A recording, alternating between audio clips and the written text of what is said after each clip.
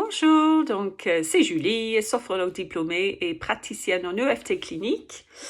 Et là, je voulais faire une série de vidéos, 2 ou 3, même 4, même plus, je sais pas. Je pense que je mettrai sur un playlist sur YouTube. Pourquoi le PPPD s'est déclenché chez moi. Et bien sûr, je parle de mon expérience personnelle, mais je cite aussi une publication anglaise, bien sûr, qui s'appelle un modèle cognitivo-comportemental pour PPPD. Parce que dans le traitement pour le PPPD, j'en avais déjà parlé, donc kiné vestibulaire. Très important de choisir un kiné de la Société française de kiné vestibulaire, un kiné qui a eu une formation pour ça. Et pourquoi pas lui demander avant le premier rendez-vous s'il connaît au moins le PPPD. Moi, je pense que c'est important pour nous qu'on se sente validé. C'est souvent un traitement avec un antidépresseur et souvent de la gamme ISRS, donc un inhibiteur sélectif de la recapture de la sérotonine que je prends, et un suivi avec un psy. En particulier, il recommande une thérapie TCC, CBT en anglais, donc une thérapie cognitive et comportementale. Et je vous avais dit que je suis une grande fan de la thérapie ACT, et ACT fait partie c'est une branche de TCC, ce qu'on appelle la troisième vague de la thérapie TCC. Et l'ACT comprend des techniques de pleine conscience, donc très compatibles avec la sophrologie. Donc, comme je dis, dans cette vidéo, je vais parler de mon propre expérience, mais aussi je vais citer cette publication anglaise, donc un modèle TCC pour PPPD. Donc, je trouve ça très intéressant et c'est écrit par Matthew Walley, service de psychologie clinique de la santé de la Berkshire NHS Foundation Trust. Donc, Berkshire, c'est un comté en Angleterre, là où où habite mon frère d'ailleurs. Et le NHS, c'est notre système de santé publique, National Health Service. Donc de lui, psychologie clinique de la santé, et Debbie Kane, service de audiologie à l'hôpital de Royal Berkshire. Le métier d'audiologiste, je trouve ça intéressant, n'est pas connu, il me semble, en France, et c'est très courant dans les pays anglophones. Et c'est un professionnel de la santé qui évalue et qui traite les troubles auditifs, y compris les acouphènes, mais aussi les troubles de l'équilibre. Voilà. Donc, je reviens à la question, pourquoi le PPPD se déclenche chez certaines personnes et pas chez d'autres? Je trouve que c'est une question très intéressante et assez importante. Donc, dans cette publication, je ne suis pas du tout médecin, mais ils disent que pendant la phase aiguë de la maladie, donc les premières fois où on ressent ces sensations, donc disons qu'on a des vertiges rotatoires ou des sensations de tangage et d'étourdissement, ces sensations provoquent une réaction d'anxiété en nous. Le cerveau les interprète comme une menace au système. Donc, j'ai déjà parlé de ça, mais je pense que je vais me répéter sans cesse. Quand il croit que c'est une menace, il va scanner tout l'environnement, par exemple, afin de se souvenir de tous les détails de cette scène de danger.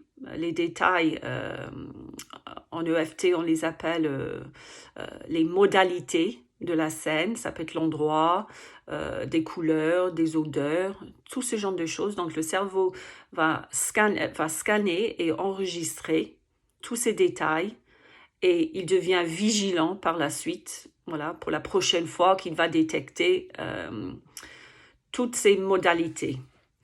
Donc, il essaie de me protéger, mais là, malheureusement, son comportement va aggraver la situation pour moi. Donc, est-ce que c'était le cas déjà pour moi? Donc, avoir cette anxiété par rapport à mes sensations. Et la réponse est claire, c'est une grande oui. Donc, en Angleterre, il y a des années, j'ai eu 2 épisodes de sensations vertigineuses. J'ai du mal à me rappeler maintenant exactement de comment c'était. Je suis allée voir le médecin traitant et pour lui, donc pas un ORL, mais ça marche comme ça en Angleterre, on voit le médecin traitant et pour lui, donc il avait dit c'est sûrement une infection virale de l'oreille interne ou moyenne, je ne sais pas comment il m'avait dit. Il m'a mis sous médicaments pendant très peu de temps. Je ne sais pas ce que c'était, sûrement un peu le style Tonganil ou quelque chose comme ça. Donc voilà, donc vertige rotatoire quand même au début pour moi, beaucoup d'anxiété, médicaments, et ça allait mieux, mais c'était quand même une période de ma vie où j'étais très stressée. Pas stressée pour les tangages, mais une période de stress. Le travail, les enfants, les jumeaux de 3 ans, 10 ans à l'époque. Et donc, cette perception très négative de ce qui m'arrivait, donc de ces sensations de tangage, que j'appréhendais beaucoup. Je pense que c'était l'incompréhension, je ne savais pas ce que c'était. Et c'était à peu près cette période-là, peut-être juste avant d'ailleurs, où mes migraines ophtalmiques ont commencé également. Alors moi, je n'ai pas la douleur d'une vraie migraine, mais j'ai la partie ophtalmique qui dure 20 minutes à peu près, où j'ai des flashs, des lignes horizontales, verticales, des lumières, des cercles qui brillent, tout ce genre de choses. Et là aussi, ça s'appelle l'aura.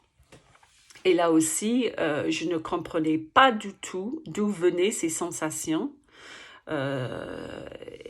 Et ça me rendait très anxieuse. En plus de tout ça, juste après, parce que je me suis souvent interrogée si c'était avant ou après, mais c'était après. J'ai eu le décès de mon papa. Et lui, il avait des malaises. Et un malaise qui comprenait des vertiges à la fin. Et il a fait une chute et il s'est retrouvé à l'hôpital, paralysé. Et donc, 2 semaines à l'hôpital et il est décédé après. Et désolée, ça me fait de la peine d'en parler même maintenant. Mais maintenant, je me rends compte que, bien sûr, que c'est pas du tout étonnant que j'ai fait une association très négative entre les vertiges et ma santé. Et en parlant de ma santé, je pense que je peux l'avouer ouvertement maintenant, j'avais beaucoup d'anxiété par rapport à ma santé. Depuis petite en fait. Par exemple, petite, je devais avoir 7-8 ans, j'avais une grosse phobie du dentiste. J'avais quelques caries en fait et j'avais trop peur d'en parler avec mes parents. Je gardais ça pour moi et dans la tête d'une petite fille, j'étais convaincue que j'allais mourir de ces caries. Et aussi, j'avais, par exemple, quand j'avais des rendez-vous médicaux, mes parents, ils étaient obligés de me dire le matin même parce que sinon, je flippais à l'idée d'aller voir le médecin et d'avoir cette idée que ça allait pas du tout au niveau de la santé. Et je pense que donc là, c'était 7-8 ans et je pense que c'était encore pire après. Et j'avais la maladie de ma mère. qui s'est déclenché quand j'avais 10 ans et qui a duré 6 ans avant son décès, quand j'avais donc 16 ans. Et tout ça, donc ce terrain d'anxiété envers ma santé et envers tout ce qui était sensation que je ne comprenais pas, moi, c'est vraiment oui, j'avais ça. Donc, intéressant pour vous de vous interroger là-dessus. Est-ce que vous avez des inquiétudes par rapport à votre santé en général et par rapport donc à tout ce qui est sensation intense? Mais cette phase, donc on revient à la publication, cette phase aiguë, par contre, comme on a vu, perturbe le processus normal du cerveau. Donc, à cause de cette menace perçue face aux sensations. Donc, le cerveau, il perd un peu sa capacité à interpréter les messages sensoriels et sa capacité aussi à prévoir les mouvements. Donc, tout ça, c'est impacté. Donc, le filtre habituel dysfonctionne, car le cerveau reste bloqué en état de combat-fuite. Donc, cet état de menace perçue, hypersensibilité, hypervigilance devant les sensations qu'on appréhende. Combat, fuite, étourdissement, étourdissement, combat, fuite. Ça marche comme ça. Donc, pour essayer de compenser, selon l'étude, selon la publication, le cerveau, et on le connaît aussi, commence à modifier l'importance accordée aux différentes entrées sensorielles. Donc, il peut commencer, par exemple, à privilégier le système visuel. D'où le fait, on parle souvent de cette dépendance visuelle, pas chez tout le monde, mais chez beaucoup de personnes qui ont le PPPD. Donc, cette stratégie du cerveau est utile, bien sûr, en phase aiguë, mais nous aide pas long terme et on commence à avoir donc des symptômes de vertige visuel. On ressent un déséquilibre et une désorientation dans un environnement visuel animé, la voiture, la foule, le supermarché, ou ça peut aussi se manifester par des difficultés à lire ou à travailler sur l'ordi. C'est pas le cas pour moi. Ou de regarder Facebook sur le mobile. Là, oui, ça me déclenche des vertiges des fois.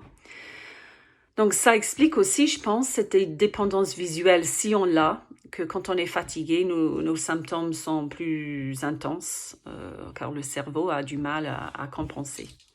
Donc,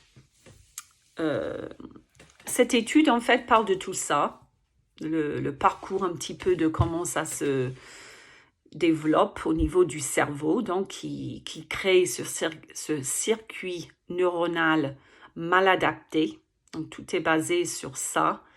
Donc, un circuit neuronal mal adapté parce que le cerveau reste dans cet état de je perçois une menace devant ces sensations. Donc, je vais vous laisser avec les 3 éléments selon cette publication.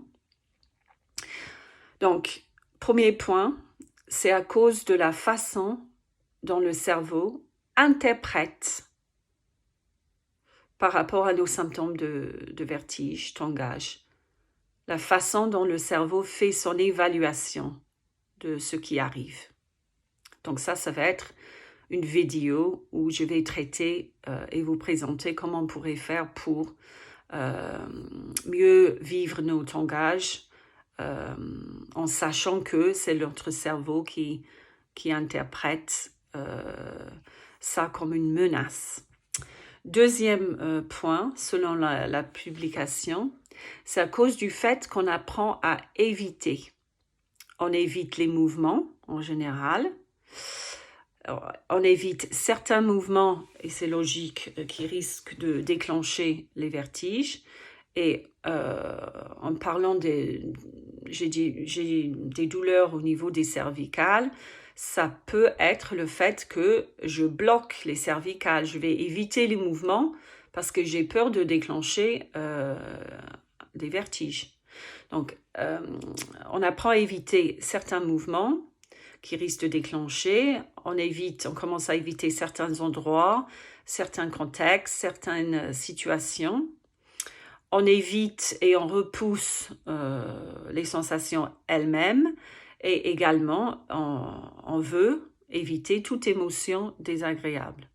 Donc là aussi, une autre vidéo à comment on peut faire pour traiter ce deuxième point. Et troisièmement, donc c'est à cause de là où le cerveau dirige son attention. Ça rejoint un petit peu le premier point, mais ce sont des stratégies attentionnelles du cerveau. Donc trop orienté sur les sensations internes, trop sensible à la moindre sensation négative, enfin perçue comme négative, trop orienté sur l'environnement afin de détecter des risques et des dangers. Et ça, donc, c'est le troisième point. Et là aussi, je vais faire une vidéo qui traite ce sujet-là.